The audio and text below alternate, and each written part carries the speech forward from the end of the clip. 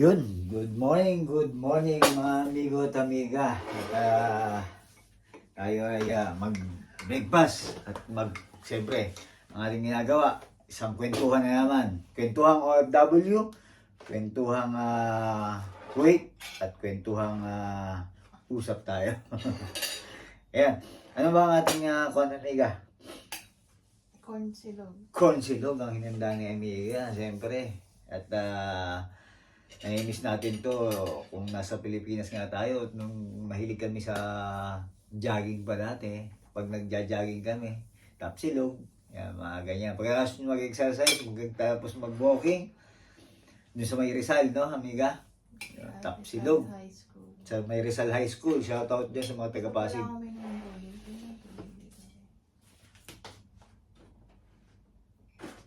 Shoutout dyan sa mga taga-Pasig. Kasi yung isang tubig. Ayun. Yan. Tubig si Amiga. At siyempre, Amiga, ano ba yung mga nasa tasa mong yan? Anong tingin ko sa akin? Hot choco. Sa akin, sa'yo, mokang. Mokang. Ayun, ang asawa ni Tanggol, si Mokang. Nawala na. Ngayon, hindi na si Mokang. Sino na ba? Si Madonna. Yan yung batang kaya pong lagi namin pinapanood ni Amiga eh. Yan yung nagiging libangan namin dito. Dati hindi ako mahilig sa mga teleserye eh. Pero pagka naumpisa mo na pala, eh, dire-diretso na. Pero si Tanggol lang ang pinapanood ko.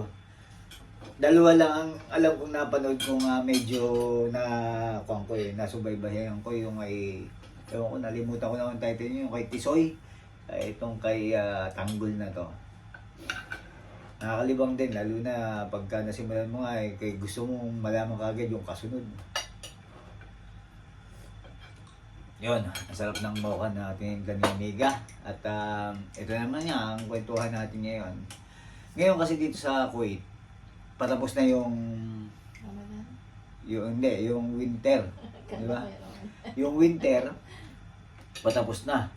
At umayos na kami ni Amiga ng hindi na kami naka-jacket. Dati, naka-jacket, naka-con pa kami. Ngayon, naka-t-shirt na lang kami umayos ni Amiga. Kasi kaya na yung lamig kahit gabi. Kasi ngayon parang nakita ko kanina parang 22 na, parang ako lang. Weather Pinas na. Tapos dito sa Kuwait, siyempre ko na medyo maganda na rin ng kung dev lang namin ni Amiga ngayon, maganda sana mag-walking eh. Mamaya-maya kasi ang pasokan dito sa Kuwait ngayon, Ramadan pa kasi. Anong oras ang pasok namin? Hapon pa, gabi pa. Ganun. Tapos ang pinaka-late namin hanggang 1:00 ng madaling araw. Ang kagandahan kasi ngayon, late na papasok, late na rin ang gigising. Kasi nga, late ka nang uwi, late na rin yung tulog. Lahat late.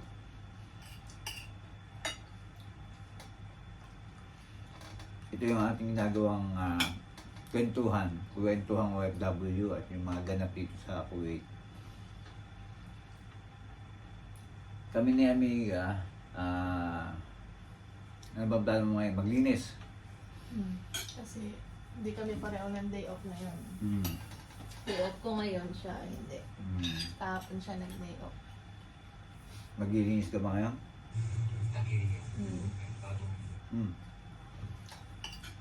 Linis akong kusina. Maglilinis ka ang kusina. Ngayon, pagka-day off. Pag sige pa. Gano'n naman siguro pagka Pag hindi OFW. na, hindi, hanggang mamaya. Hanggang 1:00 na naman siya, so kakayanin. Kasi pagka OFW kayo, hindi off mo na ako eh. Yung iba na magpapahinga, magaya. Pero kalimitan kami ni Amiga ako eh. Papahinga na lang namin. Tapos, Iwas gastos pa. yung maganda eh. Sabi nga, napanood ko kay Ramon Ang sa isang interview niya. Para hindi ka gumastos at wala ka namang gagawin, matulog ka na lang. Stay ka sa bahay. Kasi pag lumabas ka nga, sabi niya, mahina ng 1,000. Kasi nga, magme-merenda ka, mamasahe ka, lalo na, o kung may sasakyan ka, magagasolina ka. Iwas gastos, matulog ka na lang. Libre pa. Pabayaran mo lang konting kuwan sa kuryente, pero, di ba? Kasi nga, At saka tayo, kaya hindi tayo madalas mag-mall. Kasi nasa mall na yung trabaho natin. Araw-araw ka na nasa mall, tapos pag day off mo, mag-mall ka. Unless may bibilin ka, di ba?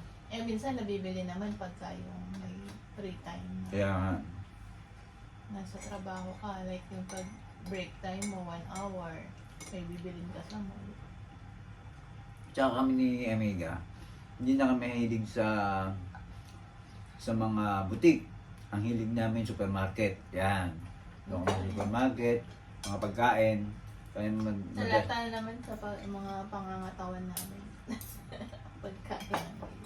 kasi pag lumabas kami ng Amiga, hindi kami mahilig bumili ng mga damit-damit na hindi na kami ganun. Siguro sapatos minsan. Kumbaga pagkakon lang. Talagang ginusto namin yung sapatos. Pero kailangan namin grocery, ganun lang. Papasok kami dyan, siyempre pagkain. At saka, Pero kailangan lang. yung mga kailangan, no? At saka yung ako natin, ang hilig pa natin kumain sa labas. Yun. Basta tungkol sa kainan, kung kami lagi na yung mga kakaibang restaurant, na nakaraan, Nepali restaurant, Indian restaurant, basta kung ano yung mga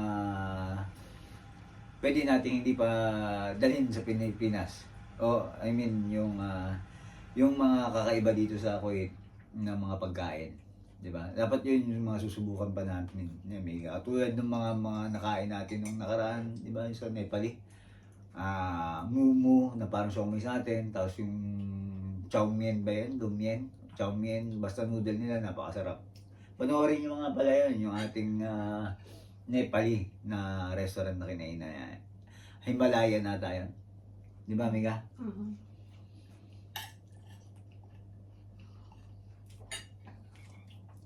At saka doon sa mga bagong nasa abroad, mga ilang buwan pa lang o isang taon pa lang, nandyan tayo sa proseso niya, nasa proseso ka pa lang eh. Pero pag nagtatagal ka, unti-unti yan magbabago. Dati nga, unang dating ko dito, naka-partition lang ako, ako pa yung tinulugan namin. Double deck? Double deck pa. Nasa taas pa ako noon kasi nag-toss coin kami noon. Kung sino ang nasa taas. Eh, natalo ako. Ako yung nasa taas, hirap na hirap ako noon. Akit pa ako. Tapos ang higaan lang namin siguro 1 meter lang. Kwarto namin. Yung talaga, yun lang ang kasi lang isang taong gayon, at saka hindi ka pwedeng umupo doon, kamang nakagad. Gayon lang, tiis lang sa mga bago pa lang. Ako nga sa Dubai, eh. Siyempre, gusto nilang makatipid, no? Sa isang magantong malaking kwarto. 6, 10 sila, ganon. Like, puro double deck. Tapos, kada, siyempre, double deck, dalawang, Tapos, yung pinaka-double deck nila, nilalagyan na lang ng, yung tabi na, kortina. May kurtina para may konting privacy. Yung iba ganun ginagawa. As in, punong-puno ng gamit yung kwarto na, as in, tulugan lang. Na, ganun, para makatipid. Kasi mga gamit nila na pang, like tayo, nakapaglagay pa tayong gamit dito. Pwede pa tayong kumain. Sila, wala na silang space doon na kumain. Meron man, doon po sila doon sa kama nila, tapos maliit na, ganun lang. Or doon sa kusina mismo. Sila kakain. Nandun na rin mga plato nila, ganun. Yung iba kasi, magkakaibigan naman kayo, kuha kayo isang kwarto, tapos may mga kama na kayo, kanya-kanya yung single, tapos yung iba, lalagyan na ng kortina para may privacy nga. Tapos andun na yung iba may TV pa doon Nagkaroon pa sila ng TV, maliit na TV lang. Meron andun na may patungan ng laptop, akala mo, kuwan na doon. Akala mo may sagisi ang malaking kwarto pero kuwan lang, di ba? Kortina lang yung kuwan. Parang sa ganito sa kwarto namin ni Amiga, kasi dito yung siguro 4 na single bed. Pero wala nang gamit. Tapos yung pinagamit mo, puso dito yung kuwan dati yung parang yung metal na, parang lacquer. Mm. Na gano'n, parang lacquer na kwan. Yun lang ang damitan nyo. Tapos huwag na kayo masyadong bibili ng gamit. Pero parang dito, sa mga pinasok ko ng mga flight, parang walang ganun katulad sa Dubai, no? Mas ano pa rin yung mga tao din, ano din sa, or meron din. Meron din, hindi lang natin na ako. Kasi nga, kumbaga yung mga pinapasok kasi natin, mga, may kanya-kanyang partition at saka kwarto eh. Pero meron dito, malamang. Pero parang mas marami sa Dubai. Ano ba, mahal ba ang cost of living sa Dubai na ano? Kaya ganun. Mahal sa Dubai. Kasi nga, kumbaga parang kwan yun eh. Kumbaga parang open kasi ang Dubai. Maraming, kasi nga, turista yung mga naandun. Pinupunta na nga siya ng mga turista eh, di ba? Kumbaga doon na natuturis yung iba. Kumbaga parang medyo mahal ang Dubai Kasi eh. parang na ano ko, dito may nagsishare man, like ganitong kwarto, magsishare sila dalawang magkaibigan, tatlong magkaibigan, Mm. ganun lang. Tapos may sariling CR na sila. Pero doon na Dubai, parang wala pang CR yung ano nila. Mm. Tas, as in, super sexy talaga. Kasi may vlogger yung pinapanood sa Dubai na mga na house tour niya yung mga ano, diba, yung mga flats sa akin. Mm. Napanood ko rin yan. Kaso nga lang, nalimutan ko ang pangalan yung nagbablog na yun sa akin sa Dubai. House tour talaga. Yung mga partition, meron din hindi mga partition, may mga kwarto, meron din mga Pinay din ha. Na nakatira talaga sa isang kwan. Villa, di ba? Parang siguro sa tagal na nila sa abroad. Sa tagal nila sa pagiging OFW. Kaya yung mga bago sa abroad o bagong OFW, tis lang muna. Ganyan lang sa umpisa, mababa ang sweldo. Hanggang nagtatagal kayo at tumilipat kayo ng trabaho, lalaki ng palaki yan. Kumbaga parang tiis lang muna. Kumbaga magtiis kayo. Lahat naman ng pagtitiis, habang nagtitiis ka, sunod niyang ginhawa na yan, di ba? Kumbaga parang panyan eh, parang business yan. Mamuhunan ka muna bago ka kumita. Kumbaga, tsaga-tsaga lang at malalaman mo rin kung paano yung diskartihan bilang isang OFW o bilang isang manggagawa dito sa bansang Kuwait at hindi lang sa Kuwait. Kanyan, kahit saan naman. Kumbaga sa umpisa eh, mahihirapan Tsaka ka. syempre, di ba? Mag-a-adjust Sa ka. gusto mong makatipid, di ba? So umpisa kasi kailangan mo magtipid. Hindi, I mean, lalo na pag mag-isa sila, mag-isa lang sila. Hindi katulad natin mag-asawa, dalawa na tayo nagtatrabaho. At least, kahit pa paano, yung ginhawang gusto natin na habang nagtatrabaho tayo, yung maginhawa pa rin yung pinag-i-stayan natin, tinutulugan natin. Pero, tsaka syempre, mag-asawa nga tayo, kailangan natin ng privacy din, di ba? Di katulad ng iba, syempre single lang sila doon, so parang titiis doon, makatipid. Eh, wala rin naman silang partner, kaya okay na sa kanila yung ganun. Kaya nasa sa inyo naman eh, may mili kayo kung nagtagal na kayo sa abroad, may mili kayo kung sabi nga nila, pagka lumaki yung sweldo mo, nagbabago yung lifestyle mo eh. Kaya pag lumaki ang sweldo mo, nasa iyo yan. Kung gusto mo pa rin panatiliin na sa partition ka o yung maliit na kwarto, o okay ka na dyan sa lifestyle na huwag mo nang baguhin, diyan ka na. Pero kung sa tingin mo naman eh, kaya mo naman at medyo konting komportable ang gusto mo at kaya na ng sweldo mo, medyo lumipat ka. Kumbaga sabi nga na, kakaiba nga tayo ng kwan gusto Hindi, eh. magkakaiba kasi ang ano ng tao. Yung tao, syempre, iniisip nila, kaya sila pumunta dito is para makasave, makakumita ng pera. Mm. Nagtitipid sila, so okay na sila doon, nagtitiis. Yung iba naman, yung mentality, yung uwian mo, yung tutulugan mo na nga lang, yung magiging komportable ka at marerelax ka, kaya ayusin mo na parang naman. Kasi galing ka na nga sa trabaho. Diba? Sa amin kasi ni Amiga, ang mentality kasi namin ni Amiga, nasa abroad na kami at lalo kami, magkasama kami. Gusto namin yung privacy at saka konting yung talagang komportable. Lagi ko sinasabi, kailangan komportable ka. Kahit maliit man yan o hindi ka lakihan, kailangan yung uwian mo komportable, malinis at kumbaga dahil ka na sa trabaho, ayaw mo nang magulo. Kaya ganun lagi ang kuha namin ni Amiga. Importante, kahit dito sa flat namin, importante yung malinis, tahimik, at saka walang kalat, yung mga ganyan. Yung mga kahon-kahon sa labas, ayaw namin yung mga ganyan pinagbawal natin. Hindi man ang pinagbawal at alam naman natin ng mga kasama natin yan na yun naman ang gusto natin yung mangyari, yung maging malinis at maging maayos lang. Diba, amiga? Yun ang wala namin, amiga. Ang gusto namin. Kayong mga bago pa lang, nasa inyo yan. Isa pang tip sa inyo, depende rin yan sa kasama eh. Sasamahan nyo, kasi nga, mag-ingat din kayo, lalo na nag-uumpisa kayo, mag-ingat din kayo sa sasamahan nyo kasi malaking bagay o malaking factor yung pagdating nyo dito sa Kuwait, yung makakasama nyo, makakausap nyo at alam nyo na ang bawal, kung lalo na kung nasa Middle East kayo, alam nyo na kung anong bawal at kung pangarap at saka para sa pamilya nyo o lalo na sa pangarap nyo, dapat may goal kayo. Alam nyo kung anong gusto nyo, alam nyo ang bawal, at alam nyo ang limitasyon nyo. Yun lang naman mga amigo at amiga. Pinaka-importante, bago ka sa abroad, pinakamahalaga, matuto ka na kagad sa pagkakamali ng iba. Huwag na yung pagkakamali mo. Kumbaga parang, huwag nang gayahin. Kumbaga parang mag-ipon ka na kagad. Mag-ipon, mag-invest. Huwag mong pangaraping magtagal sa abroad. Pangarapin mo kagad. Sabi nga nila, pangarapin mo dati, nung nasa Pilipinas ka, pangarapin mo mag-abroad. Nung nasa abroad ka na, pangarapin mo na ang ang umuwi ng Pilipinas. Mag-for good na. Yun na magiging pangarap mo pag sabi ko na. Hindi pala ganun kadali. Hindi masamang unahin ang sarili.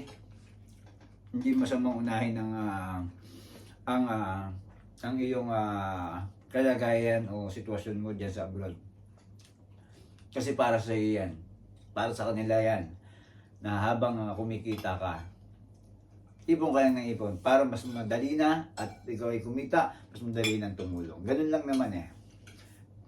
Kasi lalo na kung maranasan mo na siyempre pagka ikaw ang nawalan kasi mahirap humingi ng tulong. Mas maganda ikaw na yung tumulong. Kasi pagka ikaw ang humingi ng tulong, napakahirap. Lalo na pagka yung ang tutulong sa'yo ninanggihan ka, napakasakit. O kaya yung pagtataguan ka dahil wala kang pera. Meron namang baligtad. Nung wala kang pera, pagtataguan ka. Tapos nung nagkapera ka naman, hinahanap-hanap ka. Kumbaga parang hindi mo masabi, di ba? Pag may pera ka, sabi nga nila, pagka wala kang pera, who are you? Ito, nakakuha lang din natin to. Who are you? Pero pag may pera ka na, how are you? How are you? Di ba? Parang ganon. Hindi ko napanood pa yun. Hindi ko pa napanood yun. Napanood ko yun. Kaya, totoo yun. Na kapag wala kang pera, sabi nga, napanood ko rin to, na wala kang kwenta. Pero pag may pera, totoo naman to, hindi to related na nangyayari at talagang nangyayari talaga. Parang hindi related nangyayari or nangyayari. Nangyayari talaga yan. Tanggapin natin ganyan mentalidad ng mga tao. May mga taong ganyan. Pero may mga tao, alam ko namang lumawak na ang kaisipan dahil na rin sa social media at sa mga natutunan niya. Di ba?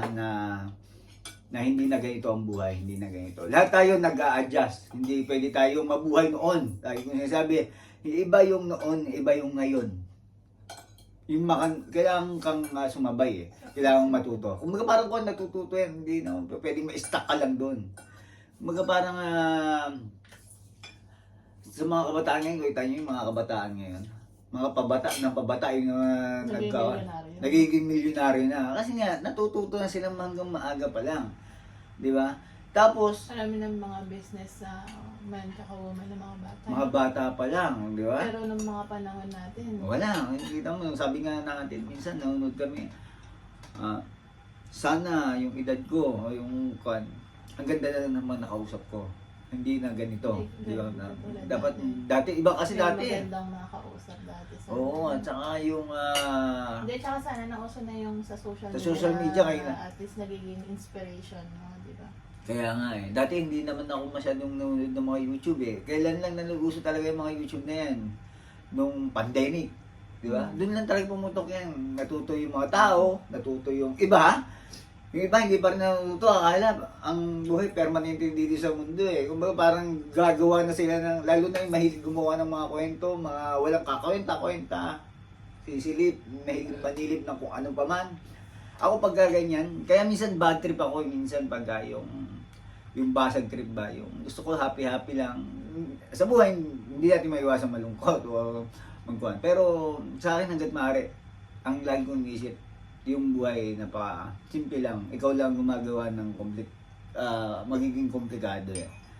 Para sa akin lahat, hindi ko naman sinasabing na positibo akong tao. May negative, pero hindi ko masyado siyang ini-entertain.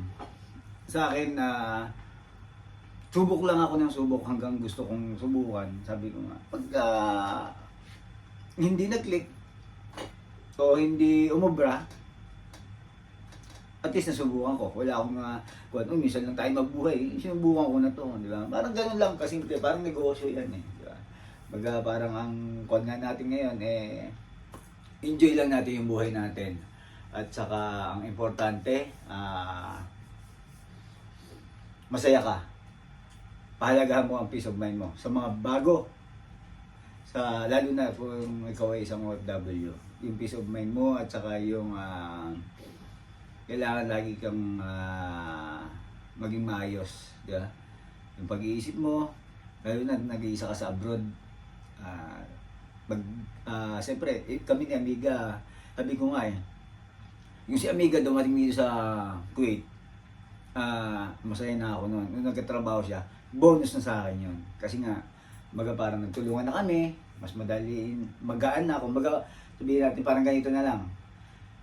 Dapat parang ganito lang, di ba? Parang ang kinikita ko ng 1 year, kaya ko nang kitain, ang kinikita ko ng 10 years, kaya ko lang kitain ng 5 years. Parang doble na kasi kami ni Amiga nagtatrabaho di ba? Kasi doble yung kita namin, doble yung income namin. Ganun nga kasi importante magtulungan. Kumbaga, sa pera wala kaming problema na Amiga. Hindi namin kailangan pag-usapan yan. Wala kaming, at saka wala kaming ito, akin to. Obligation mo to, ako dito. Babayaran ko to, babayaran. Pero hindi ko sinasabi. Then, may mga, siyempre, may iba-iba tayo, may mga mag-asawa tayo sa mga OFW na ikaw magbayad ng bahay, ikaw magbayad ng ganito. Kung may kanya-kanya to ka, sa amin Amiga walang ganun. Pera namin. Bayarin namin. Ang iyo akin, ang akin iyo. Ganun lang kasimple ang buhay. At hanggang dito lang, mahaba na kasi Amiga. Sa susunod na kwentuhan, marami pa tayong pagkikwentuhan tungkol sa OFW, mga kung ano-ano pa man, mga tips o mga pangyayari, mga ganap. Di lang isang OFW at kwentuhan lang tayo, nag-i-enjoy lang. At kung saan mapunta yung ating channel na to, hanggang tayo dumating sa Pilipinas at mag-for-good. Subaybayan nyo lang kami at itong sabi nga namin ni Amiga, itong ginagawa namin, nag-enjoy lang kami. Pag uwi namin sa Pilipinas, hindi namin magagawa o mababalikan ng Kuwait. Kaya itong ginagawa namin, memories lang, Amiga. Okay lang. Amiga, may sasabihin ka ba? Wala na. Tapos ka na.